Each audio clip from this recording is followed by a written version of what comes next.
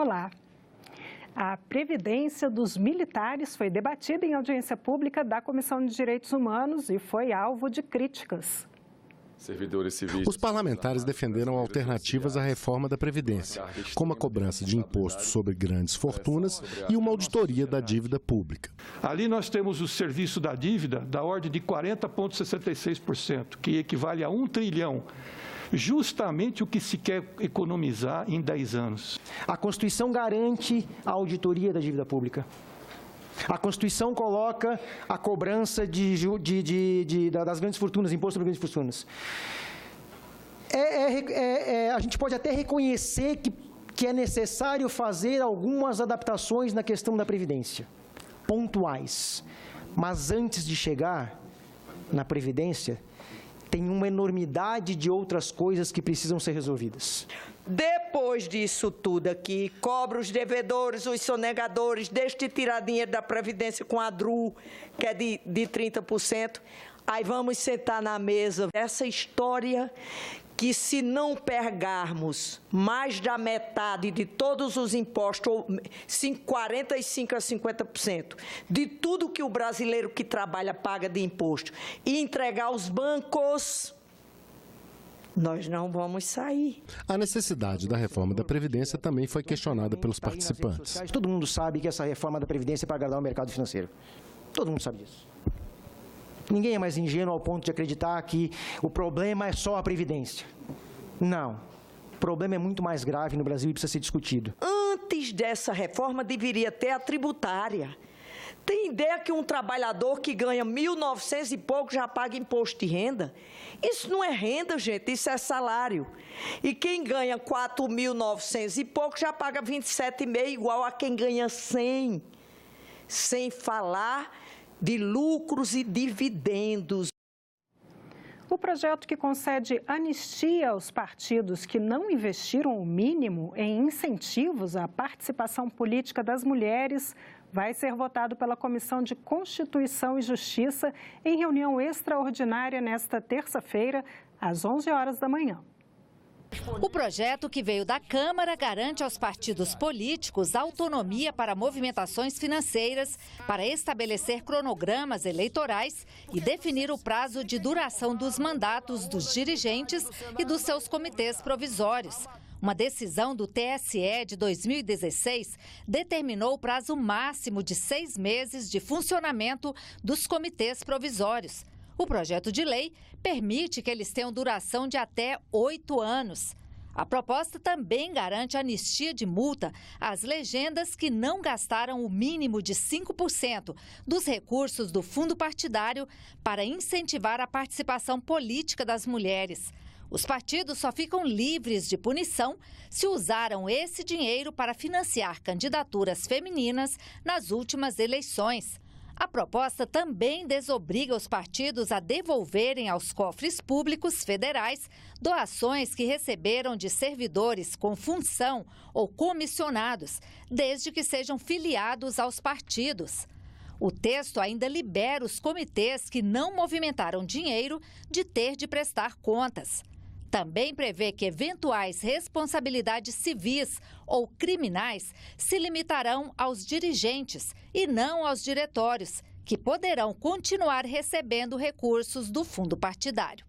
O projeto chegou ao Senado no dia 3 de abril. Por um acordo de líderes, ele deveria ter sido votado em regime de urgência no plenário na semana passada. Mas o presidente Davi Alcolumbre acatou o pedido de alguns senadores, inclusive do relator, senador Marcos Rogério, para que o texto fosse analisado antes na Comissão de Constituição e Justiça, o que vai acontecer nesta terça-feira. E a Comissão Mista da Medida Provisória 862 de 2018 vai votar também nesta terça-feira o relatório do deputado José Nelto. A MP cria uma região metropolitana envolvendo o Distrito Federal e seu entorno, que são municípios de Minas Gerais e Goiás. A reunião está marcada para as 10 da manhã. O texto foi apresentado semana passada com voto favorável do relator, deputado José Nelto. O parlamentar concordou com o argumento de que a criação da região pode abrir caminho para a solução de graves problemas, mas afirmou ser necessário recursos para investimentos e integração dos municípios. Por isso, Nelto apresentou emenda atribuindo à União a responsabilidade de suplementar 20% dos recursos do Fundo Constitucional do Distrito Federal. A iniciativa gerou debate entre os parlamentares. Nós não podemos penalizar quem deu a ideia de tentar resolver essa situação que foi o Distrito Federal. Na verdade, quem tomou a iniciativa de resolver essa situação histórica entre o Distrito Federal, Goiás e Minas, foi Brasília, foi o Distrito Federal. Então, assim, nós não podemos penalizar. E aí Brasília não pode receber uma proposição como essa que agride a nossa cidadania, que agride, diria eu, deputado, a construção de serviços públicos de qualidade que serão serviços a serem desfrutados numa região metropolitana que é urgente que se construa e é urgente que se consolide. O que nós estamos falando aqui é muita irresponsabilidade, muitas vezes. Nós temos que tratar isso daqui com muita responsabilidade, porque hoje o Fundo Constitucional, senhor presidente, ele não dá para suprir a educação e a saúde, do qual hoje nós damos conta e cuidamos do entorno. O presidente do colegiado, senador Rodrigo Pacheco, optou por conceder vista coletiva para os parlamentares analisarem a matéria. A medida provisória 862 de 2018 altera o Estatuto da Metrópole e cria a região metropolitana, composta pelo DF e municípios do entorno dos estados de Minas Gerais e Goiás. Mas, para isso, será necessária a aprovação de lei complementar pela Assembleia Legislativa dos Estados envolvidos e pela Câmara Legislativa do Distrito Federal. O senador Alci Lucas defendeu em plenário a aprovação da medida. A gente precisa ter acordos de integração na Polícia, Saúde, Segurança. Vossa Excelência, para ter ideia, qualquer bandido que vem aqui do Estado, ou daqui mesmo, sendo perseguido, quando ele chega na divisa, a polícia não pode entrar porque é o município de Goiás. Então, da mesma forma, não tem sentido um aluno que estuda aqui em Brasília, e são muitos, da região de Águas Lindas, Novo Gama, Valparaíso, não tem sentido eles pagarem a passagem de um transporte interestadual, que é muito mais caro, Vossa Excelência sabe disso.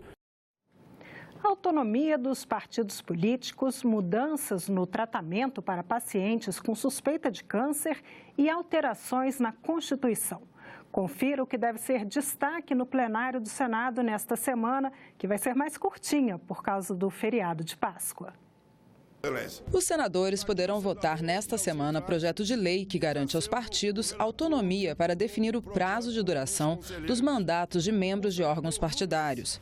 A medida ainda prevê anistia às legendas que não gastaram o mínimo de 5% do fundo partidário com ações para incentivar a participação feminina na política. Outra proposta que está na pauta é a que garante aos pacientes do Sistema Único de Saúde com suspeita de câncer o direito à biópsia no prazo máximo de 30 dias. O plenário deverá analisar também duas propostas de emenda à Constituição. A primeira insere no texto constitucional o direito a meio ambiente ecologicamente equilibrado. A outra proposição estende à Defensoria Pública da União a legitimidade para propor ações diretas de inconstitucionalidade e ações declaratórias de constitucionalidade. O assunto está por toda parte. Mesmo que nem sempre seja simples de entender, a reforma da Previdência é do interesse de todos. A equipe da TV Senado produziu uma série especial sobre o tema, começando com o porquê da reforma.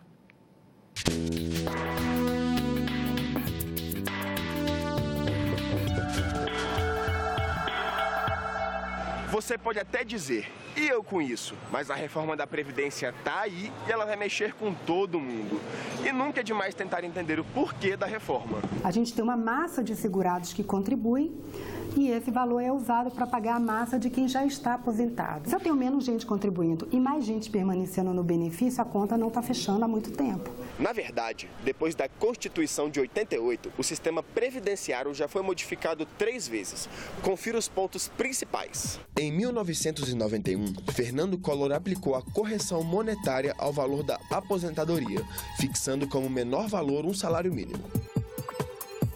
Em 1998, Fernando Henrique substituiu o tempo de serviço pelo tempo de contribuição como parâmetro para o benefício, 30 anos para as mulheres, 35 para os homens. Em 2003, Lula extinguiu a paridade e a integralidade das aposentadorias dos servidores públicos. Inativos e pensionistas, antes isentos, passaram a contribuir, mas nada disso foi capaz de resolver o déficit crescente da Previdência. Não tem como discutir isso, se tem déficit ou não. E mais do que isso, o crescimento das despesas previdenciárias é uma realidade dada pela demografia. A questão é que nós precisamos escolher, a sociedade precisa escolher se a gente vai caminhar para ter 100% do orçamento destinado a pagar a Previdência ou se a gente quer ainda ter algum espaço para investimentos, saúde, educação e outras políticas públicas para o restante da sociedade. Na comparação dos dados de 2018 com a expectativa para este ano, as despesas totais da Previdência saltam de 748 para 809 bilhões de reais. Como as receitas crescem de 427 para apenas 458 bilhões, o déficit total em apenas um ano deve subir de 266 para 292 bilhões de reais. Ela virá. Mais cedo ou mais tarde virá. Se o governante atual não conseguir em curto prazo aprovar, muito provavelmente vai ter pressão no sentido de afastá-lo para que alguém em seu lugar possa implementar, dada essa indução que força a esse tipo de mudança. Então a reforma virá. Caso aprovada a reforma, a expectativa do governo é de uma economia em torno de R$1 trilhão em 10 anos. Isso sem levar em conta a aposentadoria dos militares. Quer saber mais o que muda nas regras da reforma da Previdência? Acesse a página da TV Senado no YouTube. Até a próxima!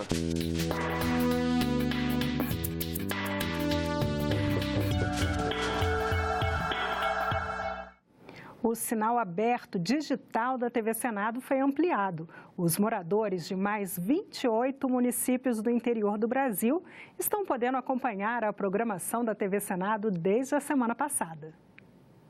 Imagem sem ruído e som perfeito. Essa é a realidade que 28 municípios brasileiros passaram a ter. E o melhor é que o sinal digital da TV Senado chega a custo zero, tanto para os telespectadores quanto para os cofres públicos. A iniciativa é resultado de uma parceria com a TV Câmara. A emissora vai transmitir a programação da TV Senado nos locais em que o sinal não chegava. Em troca, a TV Senado vai levar os programas da outra TV para cidades em que vai transmitir a própria programação. Nós temos acompanhado a política de comunicação da Casa e o trabalho especialmente da TV Senado e dos órgãos ligados à divulgação dos nossos trabalhos. E tenho ficado muito impressionado com a altíssima qualidade do trabalho que tem sido prestado a essa casa pelos nossos profissionais de comunicação. Eu que agradeço ao senador Carlos Viana pelo trabalho que vem desempenhando à frente da Secretaria de Comunicação, ajudando o Senado da República na comunicação com os brasileiros. Então, a mesa que agradece a disposição de Vossa Excelência, o trabalho e a dedicação para ajudar nesse órgão importantíssimo que o Senado da República tem e que, com certeza, com a capacidade de Vossa Excelência como comunicador, é fundamental o apoio que Vossa Excelência está dando nessa reestruturação da TV Senado. Além das novas cidades, a TV Senado já é transmitida em sinal aberto para 22 capitais. Rio de Janeiro, Campo Grande e Porto Velho são as próximas a receber o sinal aberto da emissora ainda este ano. É a TV Senado reafirmando o compromisso de levar aos brasileiros democracia todo dia. O Congresso Nacional recebeu do Poder Executivo, no final da tarde desta segunda-feira, o projeto da Lei de Diretrizes Orçamentárias para 2020. A novidade é a mudança na regra para o cálculo do reajuste do salário mínimo para os próximos 3 anos. Não houve uma cerimônia para a entrega da proposta. Ela foi protocolada na Secretaria-Geral da Mesa do Congresso depois de uma apresentação do secretário especial de Fazenda, Valderi Rodrigues, no Ministério da Economia. O projeto da Lei de Diretrizes Orçamentárias de 2020 traz os parâmetros econômicos para o próximo ano. A meta fiscal do setor público consolidado é de 118 bilhões e 900 milhões de reais negativos. A economia deverá crescer 2,7%. A previsão da inflação é de 4%, a taxa Selic de 7,5%. O dólar está projetado em R$ 3,70 e a previsão do salário mínimo é de R$ 1.040, um aumento de R$ 42. Caso esse valor seja aprovado pelos parlamentares, o salário mínimo deixa de ser reajustado por lei, assim como era desde 2011. Não haverá o chamado aumento real nos próximos 3 anos. Ele será corrigido apenas pela inflação e vai ser a primeira vez que passará de R$ 1.000. Com isso, o governo espera economizar 3 bilhões de reais em gastos em 2020. Cada real de reajuste no salário mínimo impacta as contas públicas em cerca de 400 milhões de reais em termos anualizados. Então esse é um tema que a gente precisa ficar de olho. Como vimos na reportagem, a Lei de Diretrizes Orçamentárias para 2020 chegou ao Congresso Nacional. E o recém-eleito presidente da Comissão Mista de Orçamento, o senador Marcelo Castro, conversa com a jornalista Renata de Paula sobre os desafios do colegiado para este ano. Olá, o primeiro desafio da Comissão Mista de Orçamento este ano é a avaliação de um projeto de crédito suplementar de 248 bilhões. Nós vamos conversar com o senador Marcelo Castro, do MDB do Piauí, recém-eleito presidente da Comissão de Orçamento. Seja bem-vindo, senador. Obrigado, Renata. Senador, qual é a importância desse projeto de crédito suplementar de 248 bilhões? Bom, a verdade é uma só. É que se esse crédito não for aprovado, o governo vai deixar de pagar suas obrigações, agora já algumas no mês de maio, outras no mês de julho e outras no mês de agosto. Então, esse crédito é um valor total de 248 bilhões de reais, o que não é pouca coisa, sendo que 201 bilhões vão só para a previdência urbana. O que significa dizer que se esse crédito adicional não for aprovado, quando chegar no mês de agosto, o país não terá recursos para pagar os seus aposentados. Também junto desse crédito estão recursos para o Bolsa Família, para o BPC, benefício de prestação continuada, dentre outros créditos que estão juntos, como para a agricultura, ao todo, somando, dá 248 bilhões, que não estão previstos no orçamento deste ano, mas que serão obrigados, porque o Estado não vai deixar, o país não vai deixar de pagar o benefício de prestação continuada, não vai deixar de pagar o Bolsa Família, não vai deixar de pagar os aposentados, mas não tem previsão orçamentária. Esse crédito adicional é para fazer com que isso possa acontecer até dezembro, em alguns casos com o 13º salário. Senador, como é que funciona um crédito adicional? O governo emite títulos, capta no mercado? Exatamente, emite os títulos para poder financiar esses créditos. Então vai ser feito dessa maneira, que aliás quebra a regra de ouro, porque a regra de ouro é que o país não poderia se financiar para custeio, só para investimento. Mas o país chegou numa situação tão difícil, e não é culpa déficit público, né? Déficit público, não é culpa deste governo, mas o problema está e nós precisamos solucionar. E vamos solucionar. Eu designarei mais rapidamente possível o relator para a gente acelerar isso daí, para trazer tranquilidade para todos, porque é uma situação que vai criar um impasse se não for aprovado. Então, nós temos pressa em correr, porque agora em maio, se o crédito não for aprovado, já tem problemas. E um outro problema que o senhor não citou também, né? A quebra da regra de ouro, ela tem consequências muito graves para o presidente da República, não é? Seria um crime de responsabilidade, mas é evidente que nós vamos aprovar. O Congresso aprovando, não existe nada, não tem nenhum problema. O senhor tem expectativa de que até maio a Comissão de Orçamento consiga avaliar e aprovar o crédito? Vamos acelerar o máximo possível, porque é do interesse geral, ninguém quer que isso aconteça. Imagine nós chegarmos à situação do aposentado chegar no início do mês e receber o seu salário e não ter lá sua aposentadoria. Isso é coisa impensável. Então, nós vamos dar um jeito e vamos resolver. Senador, este ano é um ano que a cada 4 anos, é o primeiro ano de governo, tem a aprovação do plano plurianual. Isso é muito importante, porque como é que é concebido o orçamento? Quer dizer, como é que se concebe os gastos públicos? Então, o governo começa, ele tem o direito a elaborar o PPA, o Plano Plurianual. Esse plano plurianual é por toda a administração do governo que está iniciando. E até o primeiro ano do governo seguinte. Exato. Né? Então, esse PPA vai os 4 anos todo do Bolsonaro. Então, ele vai dizer quais são as suas prioridades, o que é que ele quer para cada regiões. Em seguida, vem a LDO, a Lei de Diretrizes Orçamentárias, que vai estabelecer as prioridades para o orçamento do ano seguinte. Porque esse ano o Bolsonaro é o presidente, mas ele está executando o orçamento que foi elaborado no governo do Michel Temer. E o plano plurianual elaborado no governo Dilma, no primeiro ano. Exatamente, elaborado ainda no governo Dilma. E depois da Lei de Diretrizes Orçamentárias, aí nós vamos fazer a LOA, a Lei Orçamentária Anual. Então, vai ser 2020, o próximo ano, vai ser o primeiro ano que o presidente Bolsonaro vai ter um orçamento elaborado por ele. Então, você faz o plano plurianual, define as metas, os objetivos alcançados, faz a Lei de Diretrizes Orçamentárias, define as prioridades para o próximo ano, e aí, sob a ótica do PPA e da LDO, você elabora o orçamento, efetivamente.